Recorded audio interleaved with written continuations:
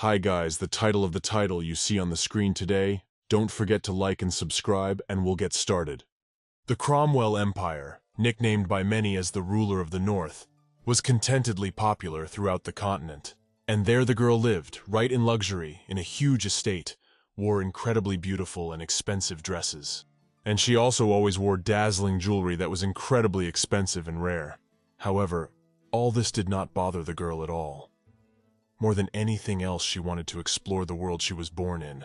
Whenever she had to discover a new location, her soul would flutter, her spirit would be taken away, and she couldn't believe that this was all really a reality.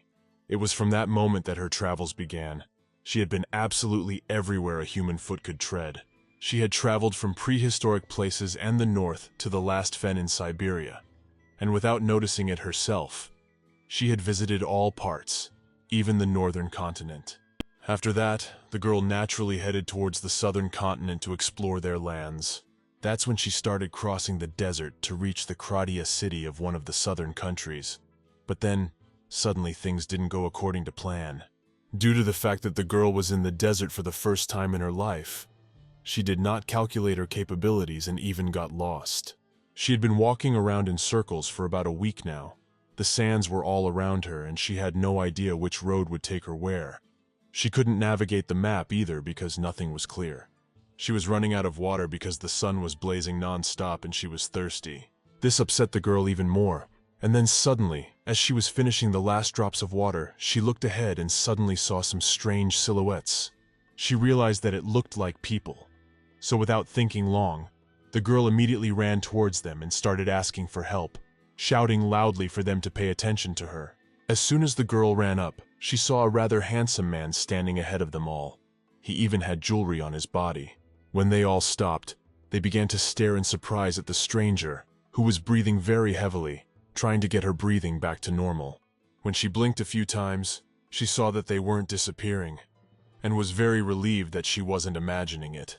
Then, laughing nervously, she turned to the strangers and asked if by any chance they could tell her how to get to the Kratia. The girl was merely trying to ask them for directions, but it didn't work out as she had hoped, because these men pointed their sabers at her, threatening her with death. When she saw it, she was very frightened and didn't understand if he really had enemies there, and why he was even pointing his sword at her. The blonde-haired man, who was apparently their leader, turned to the girl and asked if she had any last words to say, and if not, he was ready to say goodbye to her. Asina stood there at that moment and thought about the fact that this was completely unfair. She could imagine that death would await her in the desert, but she had never imagined that it would turn out this way. So the girl reached forward and asked him to stop, because she hadn't even said anything like that yet and he already wanted to kill her. Asina requested that the stranger put his sword away, and she explained everything to him. But the man, swinging at her even harder, asked, "Are these really your last words?" And in the same second, she saw the sword flying straight at her face. The girl realized that she had to dodge to survive, and she actually managed to react in time, and she wasn't even hit in any way. She started to breathe heavily because of fear and excitement. But she realized that she had almost been slaughtered by these strangers, so she needed to do something about it right away because they were pretty serious. Asina couldn't stand it anymore and started shouting, saying that it was against the rules to swing a sword like that without warning.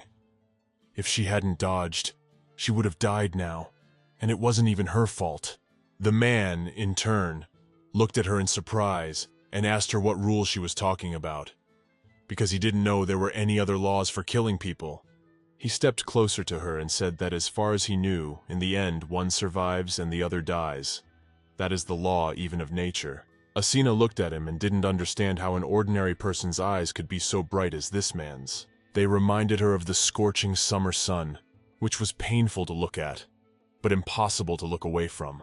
The man began to come closer and closer to her, and the girl became wary, not understanding what he wanted at all. Asina then assumed that he would probably try to kill her again.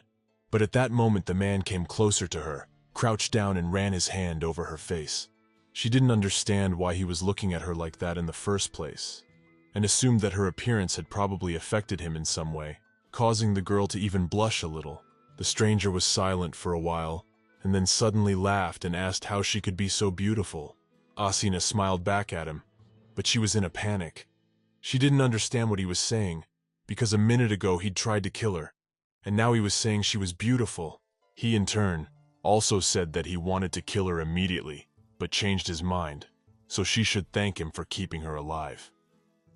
An indeterminate amount of time had passed since then, and the girl suddenly began to wake up.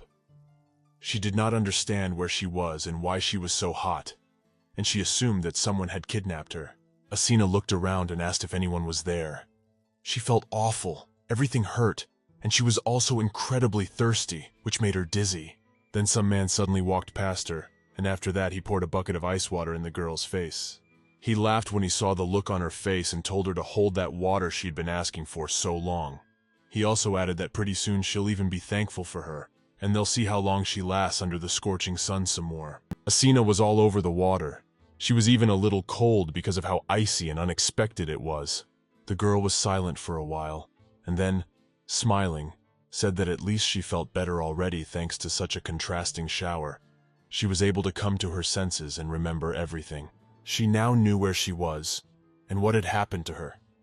Thanks to being splashed with ice water, she was able to remember all the events that had happened to her before. Asina stood up and walked to the window, through which she could see the small town. This prison was built in the center, where the sun burns the hardest. And judging by the way people treated the prisoners in this place and the way the others outside were dressed, it could only be one place, and she knew exactly what that place was. Asina realized that she was in the kingdom of the desert itself, namely Pessian. In fact, her homeland, namely Cromwell, is located on the northern continent, while Passiana is on the southern continent. It's a huge state that takes up most of the entire south, and they also have a long-standing feud with the kingdom of Cromwell. That's why the girl carefully wanted to avoid this country in her travels on the southern continent, because it would be pretty bad if the locals found out who she was and where she came from. However, Asina could not even imagine that she would get lost in the desert and be brought to this place. But then she realized that now was not the best time to complain about fate. She had to think of something. This prison was built to torture prisoners with deadly heat, and the girl is not used to such a thing, because the climate here is quite harsh, and therefore very soon she will again find herself in a critical situation, which means she needs to find a way to escape from this place as soon as possible and avoid this horrible fate. She was able to find in her clothes the small stiletto she always wore, for she usually couldn't find her size. So the girl walked over to the lock and began to pick it open. In fact, she had inherited her mother's beauty and incredibly silvery moonlight-like hair. The mother wanted her daughter to grow up to be an elegant lady that everyone would want to seal their fate with. And every time Asina ran away from home, her mother would get incredibly angry and lock her in one place for the girl to think about her behavior. However, Asina was not the kind of person who would just sit back and wait for her to be released. She kept finding ways to escape this harsh punishment and get out of the room. And at the moment, she was grateful to her mother for the ordeal, for it had hardened her character. Thanks to her mother, Asina had cultivated a consummate escape artist, so picking this lock in the prison was no problem for her. In fact, the constant imprisonment and regular victories over the years made her much stronger, and this helped her a lot in her travels, for they were filled with dangers and unusual situations. During her house arrest, the girl practiced all the time, learning hundreds of ways to escape from any given place. And with that knowledge, she has now escaped from the toughest and most brutal prison in the city. Asina began to dust off her dress and thought about how prison was not the place where beauties like hers should be. The girl walked quickly through the town and rounded the corner. She realized that if she didn't want to attract attention, she'd have to dress like the locals first. These women hide their faces all the time to avoid seducing men, and the girl thought it was a rather ridiculous tradition. But she had no choice but to conform to the norms. Asina found a small handkerchief in her purse, which she immediately put on her head, and thought that it would play to her advantage. Perhaps in this way she would not be immediately exposed.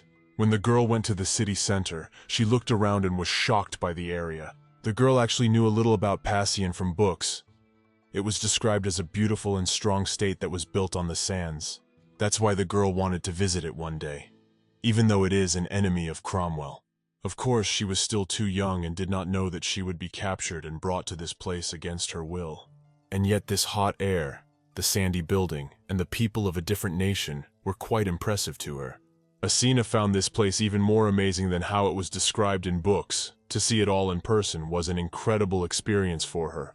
It was like a completely different world in this place, and that's why the girl just loved traveling. She could see completely different places, culture and customs. So now the girl was incredibly grateful to her god Lamesha, thanks to whom she could make such journeys. The girl went forward, but then suddenly realized that she reacted too emotionally to her thoughts, because people suddenly began to turn around at her, because she jumped up and began to shout loudly. The girl immediately pulled her mask up higher and realized she was getting too carried away. She needed to be more careful, or they would lock her up again. She continued walking forward and then wondered what she should do first. Asina assumed that the best thing to do would be to find a place to sleep. But first she needed something to put in her stomach, for she was starving. She hadn't eaten since the beginning of the desert, and there was no telling how long she'd been unconscious in this prison. That's why she was just incredibly hungry. Soon she found a street food, where she was cooked a small kebab with vegetables and perfectly grilled meat. She was excited when she saw it. This juicy meat looked just incredibly appetizing, so she thanked the seller for the treat and already wanted to try a piece. But when she looked away, she even dropped her treat on the ground out of surprise, for she was very surprised and even frightened. The girl saw the man who had taken her to this prison not far away from her, and she could not believe her eyes and did not know what this man was doing in this place. The man, for his part, had managed to notice her too and was looking her straight in the eye with his terrifyingly bright gaze. Asina immediately started to cover her face with her hands out of fright, but she realized that she needed to calm down as soon as possible, because when she was nervous she couldn't make any decisions. The girl started to walk away, realizing that there were a lot of people in this place and her face was covered, so she was sure he didn't even recognize her. That thought calmed her down a bit. Asina kept walking farther and farther away, but she was incredibly creeped out by all these thoughts. She heard someone's footsteps behind her and couldn't believe it was really him following her. Then the girl made the decision to turn around to see if everything was all right. And as soon as she turned around, she saw the man right in front of her. She was very frightened by this, so she immediately turned around and began to cover her face even more so that he wouldn't recognize her. But even then she knew that she would be finished soon, because she would not be able to hide forever. Then she decided to check his presence again, and when she turned around, she saw this stranger looking right at her, and it really scared her. Asina was about to leave, but at that moment the man grabbed her by the waist and began to move her closer to him. Then he leaned closer to her face and said that he could see that she was even able to escape from the cell, just like a rat in his opinion. The man looked her straight in the eyes and asked in a stern voice for her to tell him everything, how she managed to get out of there. But the girl was so frightened that she could not even say anything. She stared at him for a while, and then they were interrupted by a voice that spoke to Sihad. Another man came up to him, and after asking the guy what was wrong, anxiously began to look at the strange girl. Sihad in turn turned and, tossing her toward the other men, said he was returning.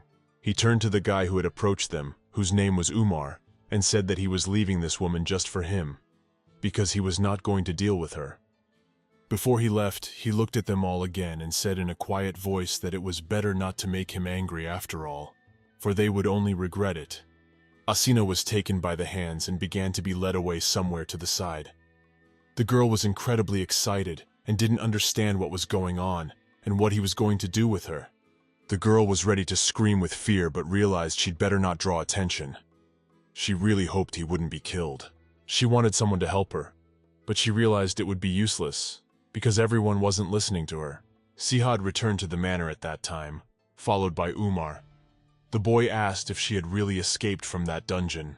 He also said that it seemed to him back in the desert that she was very unlike the local, and then he thought about it. Thereupon, Umar inquired why they should not use it for their own personal use. Sihad looked at his aide in surprise and asked what he meant by that. He didn't really know how the girl could be of any use to them, but Umar said she behaves quite forcefully, and her speech and appearance are unusual, as is the energy emanating from her. He's pretty sure she might even turn out to be the daughter of some aristocrat from the northern continent. When Sihad heard this, he was very surprised and asked if he really thought so. And the boy said that his instincts told him so. And he also wondered why they shouldn't elicit information about Cromwell from this girl. Who knows? Maybe they'll finally be able to scout out Cromwell and Cratia's relationship. The man, when he heard his partner's suggestion, thought for a while, and then said that in that case he had a pretty good idea about it. Umar looked at him in surprise and asked him what he had suddenly thought of. Sihad said with a smile on his face that he would bring this woman into his harem. When evening came, the girl found herself in some place unknown to her.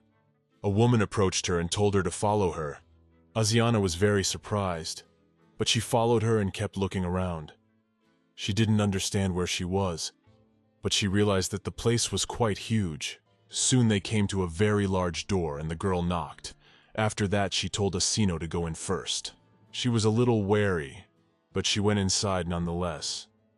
Then she immediately saw several women worshipping at the sides, and she didn't realize who all the girls were. But as soon as she was inside, these girls ran up to her and started taking off her clothes. Asiana was wary, not understanding why they were grabbing her like that. The girl tried to fight them off, but it was useless. They kept undressing her until she was completely naked. Then one of the strangers grabbed her arm with a dead grip and led her to the huge pool that was located in the next room. She pushed her right in there. After that, they all stepped around the girl and began to wash her body thoroughly.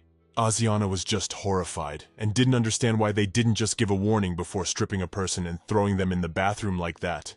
As she looked around, she realized that it didn't matter, because she had been captured and brought to this place by force. What else could she expect but more violence? Some time had passed since then, and the girl was completely washed. Her hair even smelled of the various fragrant oils the other girls had applied. Then one of the strangers brought a folded garment for her and asked that she now wear this. Asina looked at her warily and asked, "Do they really want her to wear those particular clothes?" At this very time, Sihad was sitting in his room and remembering that moment in the desert when he touched the girl. He was immediately pleased. But at that moment, one of his assistants suddenly came into the room. He bowed and said that something had pleased him, and that he would like to know what it was. The gentleman in turn kept smiling and said that he was really happy, because after all, he had caught a rat after all. But in other words, it was more like a cat. At this moment, Asina had already been dressed in her new clothes, and she turned to the other girls and asked, "Do they really, like the locals, wear such garments?" What annoyed her was how revealing this outfit was. Her whole belly was exposed, and not a single piece of fabric was covered, and she wasn't used to dressing like that. In fact, she only had to put on these clothes voluntarily because otherwise these girls would probably knock her out and put it all on forcibly. Still, Asina was tense about where her usual clothes had gone, and the fact that she would probably have to wear these outfits for a long time. When she assumed that the girls had probably put her things away while they were undressing her, she felt very sad. There was her map, her money, her belongings, and even the portraits of the handsome men. It was all in her bag, but the most important thing in that place was her diary, and she was nowhere without it. It was the only thing Asina could use to prove her identity on the trip in case anything happened. The girl realized that her affairs were very bad, and did not know how she would find her things in such a huge place in order to escape later. She sighed heavily and thought it was nothing, then fixed her hair and touched the earring that was in her ear, and thought about the fact that at least she still had the most important item with her. They were special enchanted earrings. They used them to color her scarlet eyes and silver hair brown, and thus, thanks to these earrings, the girl could travel without revealing her true identity. For a while, Asiana just stood there pondering what she should do. But then suddenly the same girl who had escorted her to this place came to her and asked, "What is she suddenly expecting? She must follow her now." Then the two of them set off in some direction unknown to Asina. When they arrived, the girl stopped at the entrance and, pointing to the large doors, said she had to go there. She herself just stared for a while, realizing that she didn't like it at all. This girl was taking her farther and farther away, and she didn't know where she was. But soon, Asina had to go inside after all. When she looked around, she was very surprised. The girl behind her told her that this was her room and welcomed her into the harem. Asiana thought the room was quite cozy, but then she analyzed the words that had been spoken and realized that she was now somehow in a harem. To be sure, she asked the girl again, "Was it right?" And she said it was right. There was no mistake. Asina wondered in a trembling voice if this was the kind of place where a man kept several women and did whatever he wanted with them. The woman replied that this was absolutely true.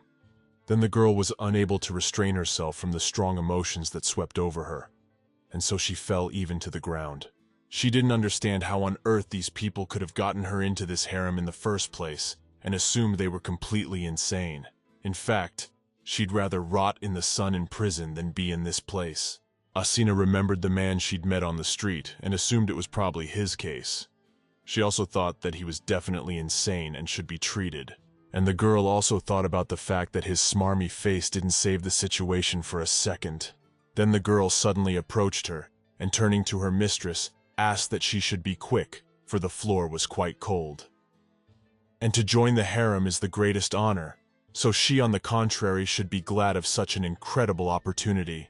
Asiana was silent for a while, and then stood up from the floor and started shouting, asking if she was being bullied, and also asked that the girl wake up, for a man should have only one woman, and she was taken and brought to this place where one man would have fun with several. And she asked the girl how could this horror even be called an honor, and be happy about such a thing. She also said that all of them are not considered human beings here, but are just kept as toys.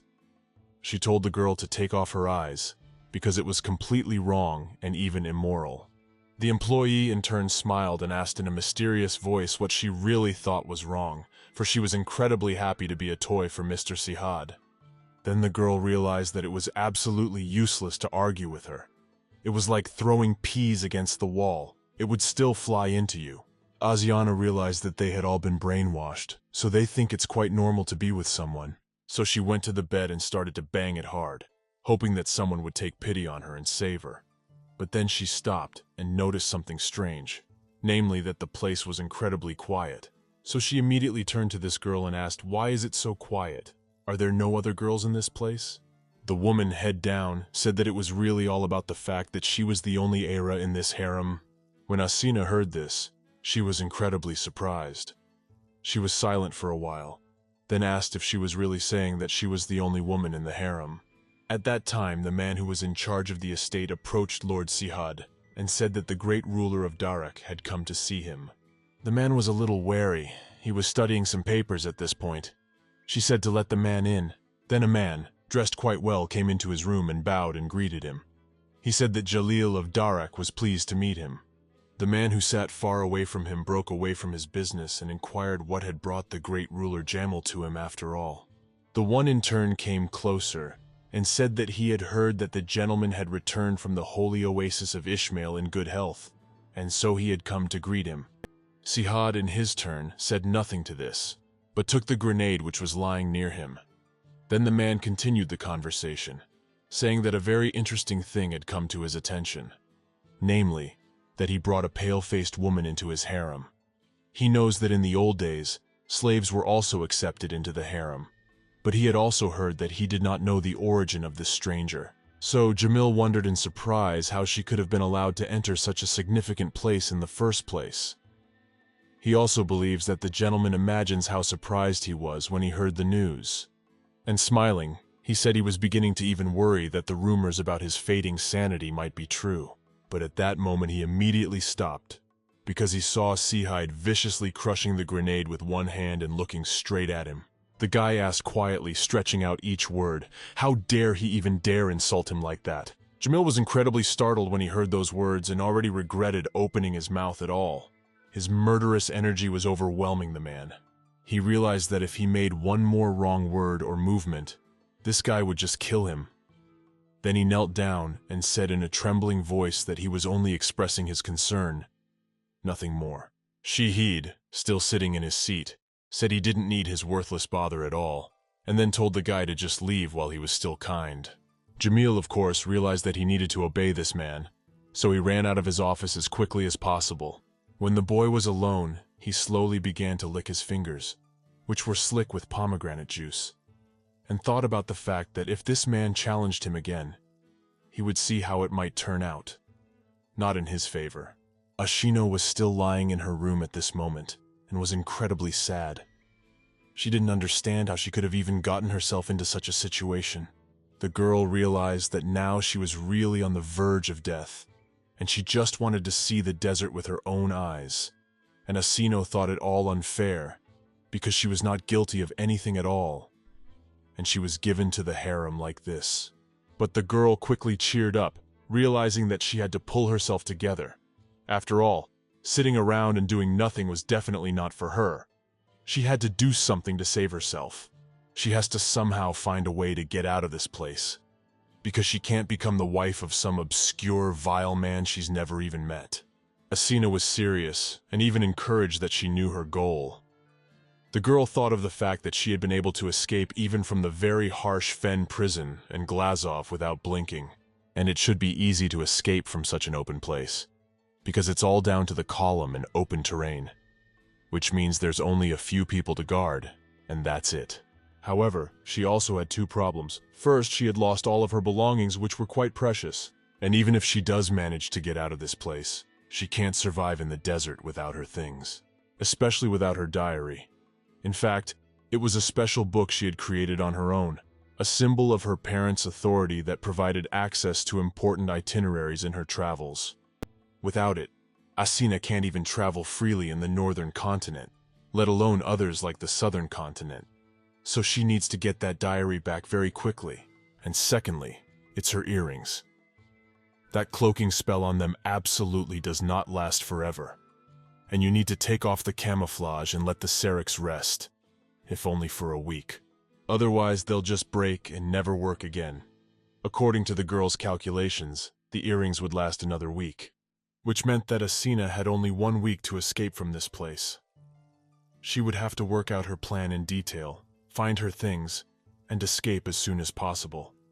She got up from her bed, thinking that now she could waste no time but to explore the area and study the layout. She got up from her bed, thinking that now was a good time to explore the area and study the layout. Soon she went outside and climbed a low fence. The girl looked up and noticed that in this place the moon was shining straight white, and in the north it has a more yellowish color, so it surprised Asina a little bit even. She didn't know that things felt different in different parts of the world. But then suddenly the girl wondered why this man's residence was so large, for it was the size of a palace. She noticed it because she climbed to a rather high point to look around and find some way out. Asina noticed that all of the buildings were connected in some systematic way, making this place hard to leave or even enter, and she was currently in the farthest part of it. So the girl realized that escape would be much harder for her than she thought. The girl also wondered why this man who had taken her here was living in such a place, and who he even was, and most importantly, why he wanted to hide. Well, Asiana pushed these thoughts away from her, for first she needed to understand what such a structure was for. Before long, she did jump off the fence to the other side and landed straight up like a superhero. Looking around, she noticed that there was no one around, and yet she didn't understand what this building was or why it was so well guarded. Judging by the lavish decor, it belonged to someone rather powerful. But she went to the side and noticed that it also had a garden, so she assumed it would be a pretty good place to explore. So without wasting any time, Asina immediately ran there. But soon she suddenly stopped when she saw someone's silhouette in the water. The girl immediately realized that someone was there, which meant that if he suddenly turned around, she would be spotted. So she quickly hid behind the bushes. The girl looked out of there as quietly and inconspicuously as possible, and did not understand what one could even be doing in the garden at such a late hour, nor who it was in the first place. Well then, the moon suddenly shone even brighter, and Asina's eyes adjusted to the darkness, and in that moment she could see this man. I saw the muscular body of the psychopath who had brought her to this horrible place. She felt a little uneasy, for she understood meeting him once by chance, but twice, in her opinion, was a bit too much. Asina's whole body suddenly began to tremble with fear and incomprehension. Then she began to crawl away as quietly as possible, realizing that she needed to get away before he was noticed. But at the same second she heard a man's voice, who, smiling, said that this time she was really acting like a rat. The girl, when she heard this, immediately froze on the spot. She even jumped up in surprise, and because of this she fell straight into the water that was not far from her. The man threw a cape over her shoulders to cover her naked body, then wondered what she was even doing in this place in the middle of the night. Sihad also asked in a surprised voice if she had such a hobby of peeping on people, or if she was just some kind of secret spy. The girl continued to sit in the water, said in a trembling voice that she wasn't actually peeping and she wasn't a spy. But then she stood up and asked who he was, stealing a girl in the street in broad daylight, and no one even said a word. The man was a little surprised at her reaction, so he remained silent for a while. After that, he said that he could do absolutely anything he wanted in this country. Asiana, when she heard this, laughed and asked if he was really God or outright ruler of all these families. But the man replied in a serious voice that he was actually the king of the state. Then he asked her if she would be quiet and obey him. Asina looked at him in surprise, then asked if it was really true. But Sihad stepped closer to her and lifted his head up. He whispered his name in her ear and told her he was the ruler of Pesion. The girl was silent for a while, and then asked in surprise if he was really a raccoon, the living god of this country. The man smiled and said he was even pleased that she at least knew what the word raccoon meant. The girl stared at him in surprise for a while. Then Sihad got tired of waiting, so he came closer to her and threw her body on his shoulder. She immediately started screaming all over the street, asking him what he was doing, and asking him to put her in her place because it was rude. But the man did not want to listen to her. She asked him how he could treat a beautiful woman so rudely, and added that he would be punished for it. All this time she was beating her small fists on his huge and muscular back. The girl didn't understand what was even going on or where he was even taking her. But soon they entered the room and he closed the door behind him. Then Sihid walked over to his bed and threw the girl right there. He stood looking at her for a while, and then he came closer and asked if she was really a spy for Cromwell. His voice sounded rather rough and serious. Asiana was a little frightened. However, she realized that she needed to hide at all costs that she was exactly from there. Therefore, she said that she was from the northern continent, but not exactly from the shelter, and she was definitely not a spy. The man then inquired why she was going to the Krati in that case. She replied that of course she was going there for a tour, nothing more or less. She smiled and said that she was only an innocent traveler. Her voice suddenly began to tremble and she asked him to believe it, for it was really true. The man was silent for a while, but afterward, smiling gently, he said that in that case okay, he would take her at her word. Sahid looked her straight in the eyes, then asked if she was trying to seduce him now. The girl asked in surprise, wondering what that meant, since she hadn't even hinted at it. Asiana suddenly followed his gaze, not understanding what he was looking at and why he didn't even look away. But when she looked down, she saw that her skirt was soaked and her legs and underwear could be seen. She also had water droplets running down her stomach because she had fallen into the river. Asiana suddenly got very angry, and then she started yelling at him, asking him where he was looking. Of course, this was completely unacceptable to her. However, Sahid in turn began to move closer to her, causing the girl to have to lie down on the bed. And he said that she herself had declared that she was a pretty woman. The girl at this point thought about how that was really true, but he did, after all, ridicule her and tell her that it wasn't true at all. So she turned away from his face and asked him to move away and give her some space. Well, the man continued to smile, moving closer and closer to her body, and asked if she would let him add one more thing to what he had said. And without waiting for her permission, he said that even though he couldn't tell if she was beautiful, and at that moment, he grabbed her face, turning her so that she was looking him straight in the eye. Sihid was silent for a while, making eye contact with her, and then said that he could probably tell that she had really beautiful eyes. The man piled on top of her closer and closer, and already wanted to kiss her on the lips. Asina kept trying to resist, but she realized he was quite strong. Nothing was working out for the girl, and she knew she could be in big trouble if she didn't do something about it. However, the man held her hands so tightly that it even hurt her. She closed her eyes so she wouldn't see his horrible face, and screamed and asked him to let her go. Shahid, suddenly seeing how tense she was, and how she was trembling with fear, moved farther away. The girl opened her eyes in surprise and looked up at him, for she felt as much air as she could get into her lungs now. And he in turn, with a smug smile, said that he was pleased to welcome her into his harem, and also called the girl a stranger. The next morning, Asiana woke up already in her bedroom. Next to her, I was rearranging vases, some unfamiliar girl. She sat down on the bed, a little wary, and then turned to the stranger, asking who she even was and what she was doing in her room. This unknown girl smiled and turned to Autumn and said that she was very glad that she was already awake. Then she came closer to the bed, and bowing gently, said that her name was Nur, and she would be her maid from that day forward. She added that it was a great honor to meet her. Asiana was a little surprised, but said she was glad to meet her too. The girl herself was very surprised that this Shahid had taken to putting a maid on her to keep an eye on her. She had assumed it was probably because she had been walking around the estate without permission the previous night. Nur came closer to her and took her hand, and said that she had heard that she had a pretty bright mistress, but she must not be from around here, for she had never seen her so light. Asiana confirmed and said that she was indeed not local, and then wondered why the girl suddenly called her Era like everyone else, and asked what it even meant.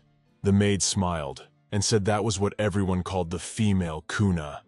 She's become a noble girl who has the right to serve Shahidu, so she congratulates her wholeheartedly. This kind of chance doesn't happen to many people. Asiana was a little wary. She put her hand up and asked if she could ask her something, but Noor, in turn, was wary and said that she need not address her so respectfully, for she was her servant. The girl was a little wary and said that in that case she would not. The girl was a little wary and said she wouldn't be in that case. Asiana was actually a bit worried, because she needed to work out an escape plan, and having her tail everywhere 24/7 wasn't good for her at all right now. Noor in turn went over to a small table and poured tea for her mistress, saying that she had misunderstood everything at all, for she was only called to help her. The maid also said that if she was too much of a nuisance, the mistress could just ask her to leave, and she would leave her alone. Asiana took the cup of tea in her hands and was a little surprised, but she said that it was fine with her. In fact, it was a great relief for her, because she would be able to work on her own in case of emergency. Before walking out the door, told her mistress to call her if she needed anything else, and also told her to enjoy her rest. Asiana thanked her, and then the maid simply left. When the girl was alone, she looked around for a while, and then with a heavy sigh, she realized that she still found it hard to believe that they were calling her a Rakuna woman. In fact, unlike Cromwell, where the people believe in the Nui goddess Lamesha, in Pisania the god is declared to be their ruler. According to legend, it is God who brings water to the dry, sandy desert, which promotes life in the local flora. His name just happens to be Kun. And in this city, he is not just the king. From the economy and politics to the culture of the country, everything revolves around this Kun. He is honored as a living deity who will always help and guide his people to the right path. Asiana sighed heavily after thinking about all this, and didn't know how she knew that he was really such an important person. At this point, she began to remember the man approaching her last night, and all outright blushed. Her hands began to shake, and she thought about the fact that it didn't matter to her if he was even thrice Kun. He still had no right to do whatever he wanted. It annoyed her incredibly, not to mention that it was her first kiss ever, and it unfortunately belonged to that awful Seahide. She was still all red, and wished out of anger that she could just turn his beautiful and perfect ass around. She was really annoyed with the whole situation. However, there was nothing she could do about it. At this time, Sihid was sitting in his office on the balcony. Umar was beside him and said that he wanted to say in conclusion that no change in the actions of the Jahid had been noticed. Presumably, he is not even aware of how much they know about his affairs. After that, he bowed and asked the man how he would order him to act in such a situation. The lad said to leave him alone, for he was interested to see how far his audacity would take him. Umar was a little surprised, but said that everything would be done. Then he noticed that they were being watched by a man with whom he was quite well acquainted. The man whispered to Umar to ask Sihad about the woman who had been accepted into the harem. The boy remembered this and turned to Sihad again. The man looked at him and asked him what else he needed, if there were any urgent questions. The boy bowed and said he would like to know a little about the woman who had been placed in the harem. In his opinion, it was a somewhat hasty and radical decision, for such a measure was only meant to be an entertainment. Sihad became wary and looked angrily at his aide after these words. The guy lowered his head and apologized, saying he must have misspoken. At this time, the man came up and said that, however, he was still right about something. The Grand Vizier would certainly not like it, because he wanted his daughters in the harem, not some strange foreigner. The man also mentioned that 6 other dignitaries and 48 others should be considered, all of whom would fight to get their daughters into this harem. He said that he would like to know more about this unknown woman. When Sihad heard this, he was silent for a while. Then he looked angrily at his colleagues and asked them to bring her here. The girl was having breakfast at that time, and when Noor came to her and told her the news, she even dropped a piece of meat from her fork out of surprise. The maid bowed and said that she was the one the Rakan wanted to see. Asiana was a little wary and said that she was eating now, so it wasn't very convenient for her. However, the maid said that she would probably have to go because the master would get very angry if she didn't. So Asiana followed her, even though she was very displeased, because she was just about to enjoy a delicious meal, and didn't understand why he needed to see her so urgently. She didn't understand why she suddenly had to go to him at his beck and call. She wasn't a dog. But in this situation she had no choice, so she had to go to him. Then Noor suddenly stopped and turned to Asina and said that they had already arrived. Then she opened the door straight into the room where Sihad was sitting on his throne. Sihad looked quite serious, and the maid said, turning to him, that she had brought the girl as he had requested. He waved his head, which meant she was to leave them alone. Asiana walked forward, and the door slammed shut behind her. When the girl saw this, she was very upset, for she did not want Noor to be alone with them, not knowing what he might have done to her. But the maid still left, and the girl, who had turned away from him to avoid looking him in the eye, realized that she had come to see him after all, but she was ashamed to even look at him, for they had never crossed paths since that evening. But the man eventually spoke first. He smiled and asked the girl how long she was going to avoid his gaze. Sihad also added that he wants her to better tell how her first night in the harem went. Asina, sighing heavily, thought to herself that he was just an insolent idiot. However, since he was so insistent, she would still play this game with him. Therefore, the girl said that she was not avoiding his gaze at all, but only mentally preparing for it. Then she smiled her best, eager smile and said that he was the only reason her night had been amazing. And then she wondered how his night had gone. The man, rising from his seat, said that if she liked it so much in the harem, he would gladly let her stay there forever, and asked what she thought about it. Ashino laughed nervously when she heard that, and thought to herself that he must be joking. The girl said that still, no matter how tempting his wonderful offer was to me, however, she had to decline it. The man came closer and closer to her and said that last night she acted like a wildcat. This morning, however, she is unusually docile. Sihad put his arm around her waist and said that it was quite unusual for her and wondered if she was up to something since she was being so quiet. Then, without waiting for an answer, he took her hand and felt it incredibly sharp. And then he realized that Nazir's words had meaning after all. Nazir said she was being impertinent, but her speech and appearance are unusual, as is her energy, and he's pretty sure she could be the daughter of some aristocrat from the northern continent. So the man asked her the same question again. What on earth was she heading to Kratya for? Asina was a little surprised, for he squeezed her hand harder. Then she said that she had already told him that she just wanted to see the sights and meet the people. Sihad, when he heard this, smiled evilly and said that if she ever said that word again, he would shut her mouth forever, and she would regret knowing him at all. When the girl heard this, she was very wary, for when she looked him straight in the face, she noticed again those heartbreaking eyes that were ready to kill her. Whenever he looks like that, she feels herself with a completely nakedness from his gaze. This one that studies her from head to toe. There is a feeling she has never experienced before in her life. However, amidst all this chaos, one very important thing stands out. Her intuition tells her to run away from this man as soon as possible while she still has a chance.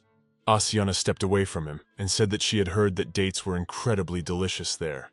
And as he knew, the short was famous for its fruit, so she would like to try them. She would also like to see what houses in the desert looked like. And unfortunately, the girl stopped there because she forgot what else she had to say. Asina suddenly put her head down and didn't understand why she was silent. She had so many excuses, and now she couldn't even remember one. But then suddenly, when she wanted to say something else, the man interrupted her and said that it was all nonsense, and asked if she had crossed the desert of death for some dates and houses just for that. He also said that no person in the world would do such a thing, even at gunpoint, and she went there voluntarily to see these stupid things. The girl, when she heard about the desert of death, was very surprised, for she did not know that that was the name of that area. But at that moment, Umar suddenly came into the room and, apologizing to the gentleman, said that he did not wish to interrupt them. However, the king's secretary arrived. The girl immediately looked in his direction and realized that she could recognize this man. He had been in the city then, when she had first met Sihad. She was very happy at that moment, because she realized that her savior had come to her rescue. The man, on the other hand, seeing the angry glances of the gentleman, said that he had asked him to come, but that he was probably not welcome here now, so he asked if he should stay. Sihad sighed heavily, stretched his hand forward and said that not at all, he could pass, and turning to the girl, told her to say hello, for this was his assistant. He then turned to Umar and said that girl. But then he suddenly realized that he didn't even know her name. So there was an awkward silence. So he immediately turned to Asina and asked her what her name was. The girl smiled nervously and thought that it had taken him a long time to realize that he should have asked her name at all. But she kept her composure and gave her name. Umar came close to her, bowed and said that he was pleased to meet her again and called her lady. He also said that he just couldn't recognize her in her new outfit. She looked so beautiful. He looked at Sihad and said that the guy must be happy with it.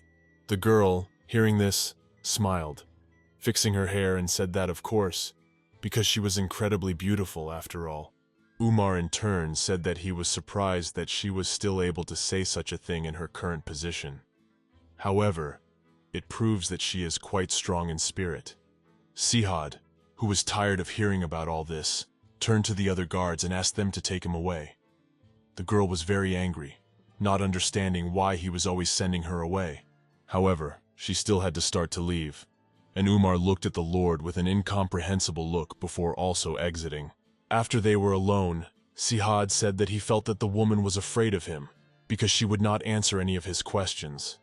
But then again, she's not the type to be intimidated by a conversation like that, so maybe he figured Umar would be able to get information out of her. And that's why he's asking for the guy to find out who she really is. The man, of course, agreed to do it, and soon they came to a separate room. Asiana knocked on his door. Now she had a bandage on her face, because she was forced to cover her face in the presence of other men. Umar, who was sitting at the table signing some papers, said that he remembered that she had mentioned that she was not from Cromwell, and also asked if he could inquire where she even came from. The girl in turn said she was from Sergen, that tiny kingdom on the southeastern border with Cromwell. The man, when he heard this, was very surprised and asked if it was really true, because he didn't even know it existed.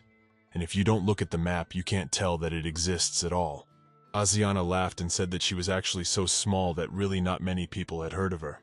In fact, the girl had only stopped in Sergen on her way out of Cromwell. But on the bright side, she wasn't lying. She had been there for a while after all. Then she turned to the man and asked if she could ask him something. Umar smiled and said that of course she could ask anything she wanted to know. The girl immediately spoke of the place where she had been captured, and she inquired why it was called the Desert of Death. When the guy heard this, he said that she must be referring to Jordu's Desert of Death. The fact is that it does not accumulate water, even when it rains, and as a result, there is absolutely no water there. And because of the constant wind, the topography of this place is constantly changing, so you can get lost very easily. And if you get even a little confused in such a harsh environment, you can die altogether. He also said that many such travelers had simply died in those sands. He also said that many exiled clans have died in Jarda as well. That's why it's called the Desert of Death by many.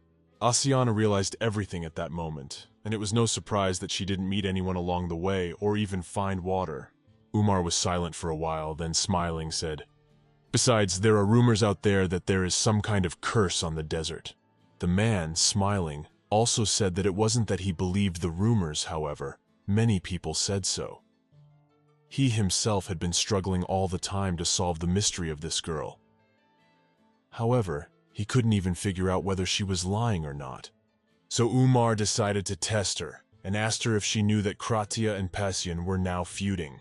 The girl, when she heard this, made a very surprised look and replied that she had no idea. She certainly knew that Kratia was led by people who were against the founding of Passion. However, she had no idea that the nations were actually feuding. The man said that conflict has been ripening between Kratia and Passion lately. That is why their relations with that state are somewhat strained, which meant that Mrs. Asina did not know about it. The girl immediately made an excuse and said that the news about the situation in the south was delayed in reaching the north. Therefore, no one in her town had even talked about it yet. Umar said that now everything was clear to him. And the girl in turn, thinking about it, also said that now she understood why she had been mistaken for a criminal. Asiana herself was incredibly surprised at how lucky she was to meet the king and ask him for the way to the enemy state, even from the prison in which she had been imprisoned. Now it was clear to her what she had alerted all these people to, and the girl decided she should be thankful that she hadn't just been hanged for her strong suspicions yet. Umar was silent for a while, then asked if he could now ask a question for her. The girl smiled and said that of course he could. The man in turn inquired about the desert, and asked if the guidebook did not recommend avoiding it by all roads. The girl said that all the northerners who keep to Kratia go that way, and she knew it well. She had been offered to go the other way too, but she had refused to do it anyway. Now the man was even more surprised by the fact that she had opted for an option that could have cost her life altogether. In fact, he was still unsure if she was lying to him. However, he could definitely tell if the reason she had decided to cross the desert was true. It was now that Umar was determined to find out what lay behind her lovely mask. Then the man asked her what her reason for visiting the place was.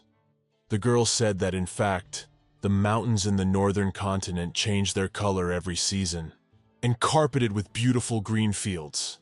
But they lack one single very interesting thing, and that is oceans of sand. Asina, smiling, said that this was why she had wanted to see the desert all her life, because it attracted her so much, and she would like to learn all its secrets and mysteries. Umar, when he heard about all this, said that he understood, but in fact he was moved by the story, because he was born in this city and grew up in the desert. However, he had never even once considered that other people might be interested in such an area. Then he inquired what she thought now that she had seen this greatest desert with her own eyes. Asina was silent for a while, and then, smiling, said that the desert was even more mesmerizing than she had thought. In fact, the desert turned out to be so magnificent that the girl didn't even mind melting under the scorching sun without water or food. And that's why she was so utterly surprised when she learned that such a beautiful place was referred to specifically as the Desert of Death. Umar smiled back at her and realized that this woman was not lying after all. He said that now he understood everything, and he thought she was the only girl in the whole world who could call the Desert of Death beautiful. Asina smiled back at him, and the man thought about the fact that he was so absolutely sure, because absolutely anyone could say that if they just looked into her eyes. Then the guy suddenly pulled one thing out of his closet and turned to the girl and asked if she recognized it. Asina, seeing it, was immediately overjoyed, for it was her precious bag. The man said that they had examined all the items and would definitely return anything that did not arouse suspicion. Umar also said that the ones that seemed rather dubious they would just have to keep. The girl didn't show any emotion on her face, but she thought it wasn't as bad as it could have been. The diary is the most important item. However, it has a special protective spell placed on it. Therefore, in case of anything, it must not be exposed. Then Umar suddenly said that the inspection was over for that day, and he was sure that they would see her often again, for which he was glad. The girl smiled back at him and said that it would be pretty good, and she herself would be glad. because it was pretty hard for her to stay in one place for a long time. But when there was someone to talk to, or the time would be short. Shortly after Astina left his office, another man suddenly came to Umar. It was Nazir, and as soon as he entered the man's office, he told him to guard the harem for a while, for a girl had finally been put in it. The man, when he heard this, was very surprised and asked in what way, for he was a Rockan tamer and did not want to follow any girls there. In fact, desert warriors have always been very strong and ruthless, because if you want to survive in the soul-devouring lands, there is simply no new choice. And among all these warriors were those who lived only to serve the Khun, regardless of clan affiliation. That's why these warriors have come to be called tamers. Nazir is just such a tamer. He is the best of them all. The man in turn became wary, and turning to Umar asked, only to be told that he was now talking about a foreigner. But the guy smiled and said that apparently he was not very happy about the news. But there was no choice. Orders are orders. Nazir in turn wondered who she was. She was so important that he, the best man in the world, was sent to guard her. Umar said that in fact too much about her seems rather suspicious. The reason for her coming to this place is clear to him, but her belongings raise a lot of questions. And besides, he thought he should start with the fact that a woman traveling alone was already an outlandish phenomenon. But Nazir still didn't understand that if she was so alarming, then why not just kill her? And why go to all this trouble? Umar sighed heavily and said that she certainly didn't look like a spy, in his personal professional opinion, so there was something else behind the case. He said that it is quite strange, but also added that actually he is not the only one who makes such a request to Nazir. It is also the order of Sihad, and he is quite sure that there is a special reason why the man led her into the harem. Then he turned to the boy and asked if he really intended to disobey the Lord's order. The one in turn sighed heavily, turned the other way, and realized that he would have to obey him after all, and the guy had no choice. When evening came, Asina lay on her bed and thought of Umar, with whom she had had a rather fascinating conversation. He seemed to her to be quite a good man. However, here she was wondering if it was true that he believed her to be a traveler. Especially given her recent antics, she wouldn't be at all surprised if he thought she really was a spy. In fact, Cromwell and Kratza are really friendly allies, and both states are, coincidentally, enemies of Passion. And if Asina's identity is revealed after she admitted to heading to Kratia, her family could be in very big trouble. And in principle, so did all of Cromwell, which was why the girl had to be so careful not to be seen by anyone. She sighed heavily and thought about the fact that surely her parents wouldn't sprinkle themselves so easily over some conflict. But still, her father had always been supportive of her journey and proud of her. And the mother, despite the fact that she is quite strict to her daughter, still loves her with all her soul. And Asina would not want to cause them much trouble.